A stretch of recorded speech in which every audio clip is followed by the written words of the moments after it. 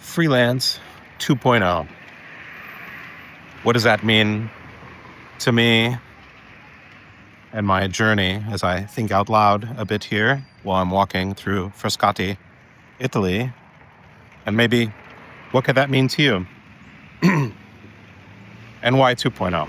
So I used to work as a freelancer, consultant, I don't know what you want to call it, and I'll just quickly describe what happened, the story of how it started, and a bit about how I guess the business was organized towards the end, and why I quit that, and why I'm considering going back. I don't know for sure. It's an experiment.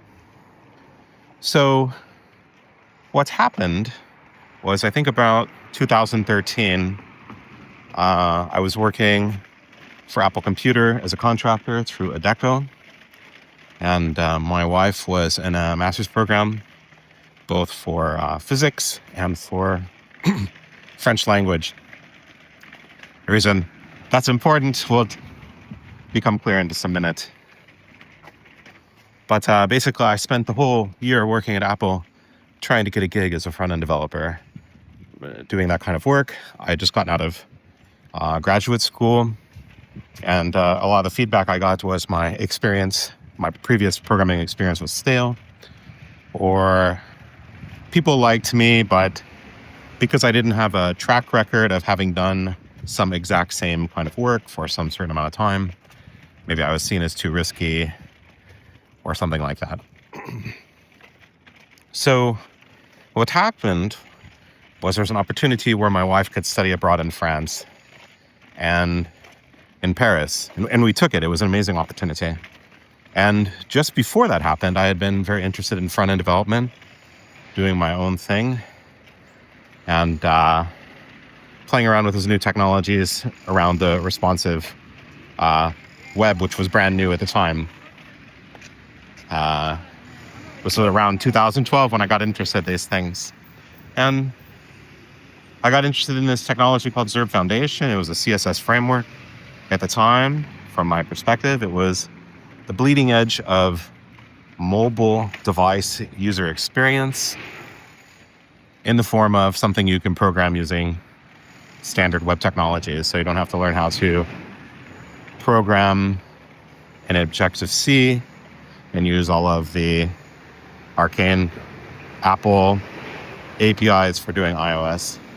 And I had spent a little bit of time trying to get my head around that as well, and just never could quite put it together with working full-time. But what happened was, because I started doing all this stuff with Zurb Foundation, I started answering questions online, and I was reached out to by a publisher called Packt, P-A-C-K-T, and I was given an offer to write a book about Zurb Foundation. It was called Zurb Foundation Blueprints. And so, with this contract, I moved to Paris with my wife. And it was very limited. I had very limited visa. I didn't have working rights or anything like that. So it wasn't the best situation, but it was a situation. And what it gave me was some time and space.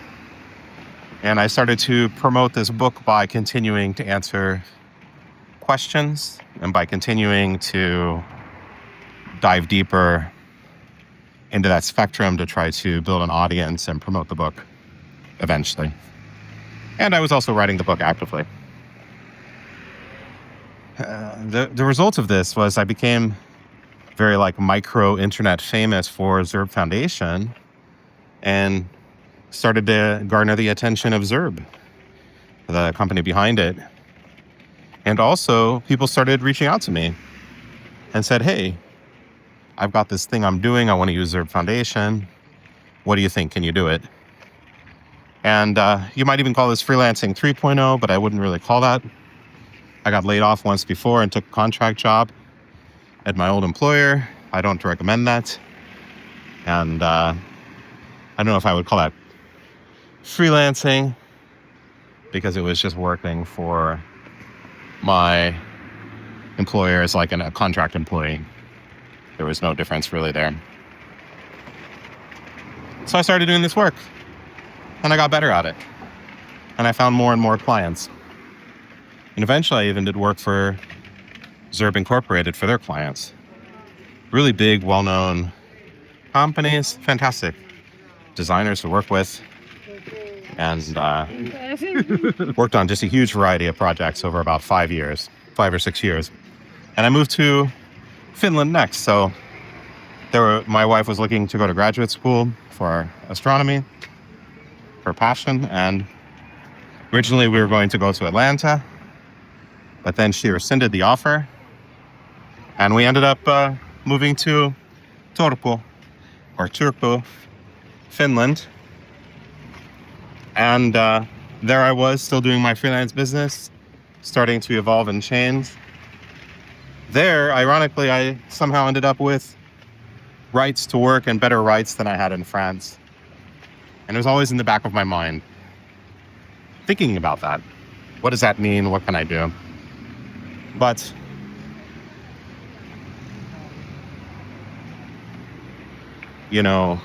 I didn't know all of my rights as a newcomer to Finland, and I really missed the boat on a lot of opportunities.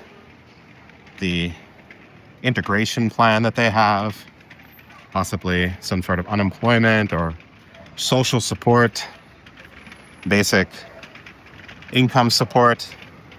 My wife and I were from the United States. We had no idea what these things were, that we qualified, how to do it, even though we would certainly be within our rights to do it. So what happened is I found it very difficult, to say that it's a soft way of saying it, to work with people on the west coast of the United States, because they usually had fast timelines of when they wanted to meet, and they're often picking times in the middle of the night for me, and it was just too challenging to manage the, 11-hour time difference without a lot of planning, and just the clients were used to working with me in a certain way. And so I started seeking other opportunities locally. And there was also a time where the work kind of dried up, maybe because the time difference or the difficulty of moving. But it was a slow period, and you have these kind of peaks and valleys, or feast and famine cycle. Now, when I did freelancing, I never took on like a big whale client, like contract work, I would call it in the US, where you only work for one company. But in Finland, when people say freelance, this is typically what they mean. That they're a contract worker, they're paid as a business, but they're basically, I would call them a de facto employee, because there's very little difference between what they're doing and what other employees are doing, except maybe the job security and these small technical things. But they go to work, usually work in the office alongside other people, normal work hours. You would never know that they were a contractor or a business unless you asked or they told you. So what does this mean? Well, I ended up getting some small part-time jobs in Turku. That led to a job at Futurist, a huge called New School Nordic tech consultancy, one of the top ones. I worked there for 5 years. I started working for, I would call it more like a product house, Kisco Labs, for about 18 months, where I ended up getting laid off. And here I am in Italy, and I have this thing called U2 Export for unemployment. Now, normally you have a runway of about a year or so to find a job. And I would have this, but I've moved here to Italy. My wife had an opportunity and a job here, but this runway is running out for me.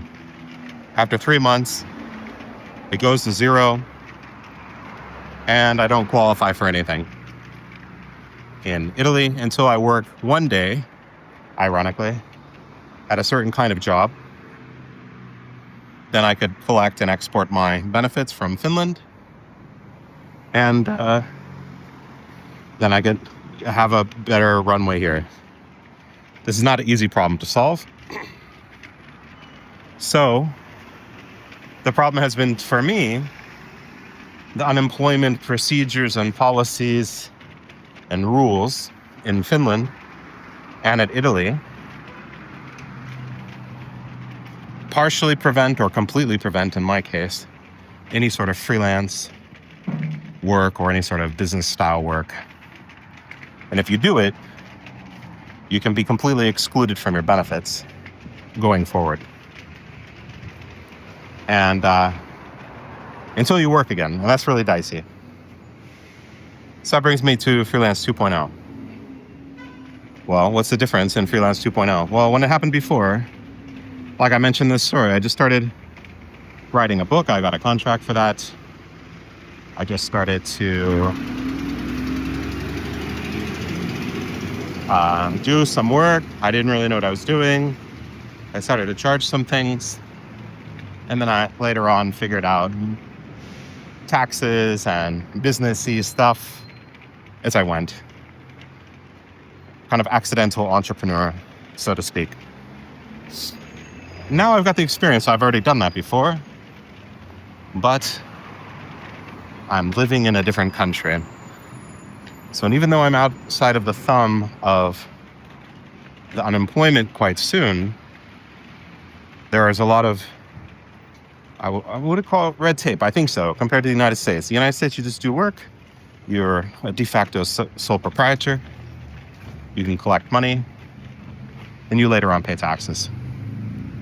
There can be some things with like business license and other things like that. But even that you can probably do later.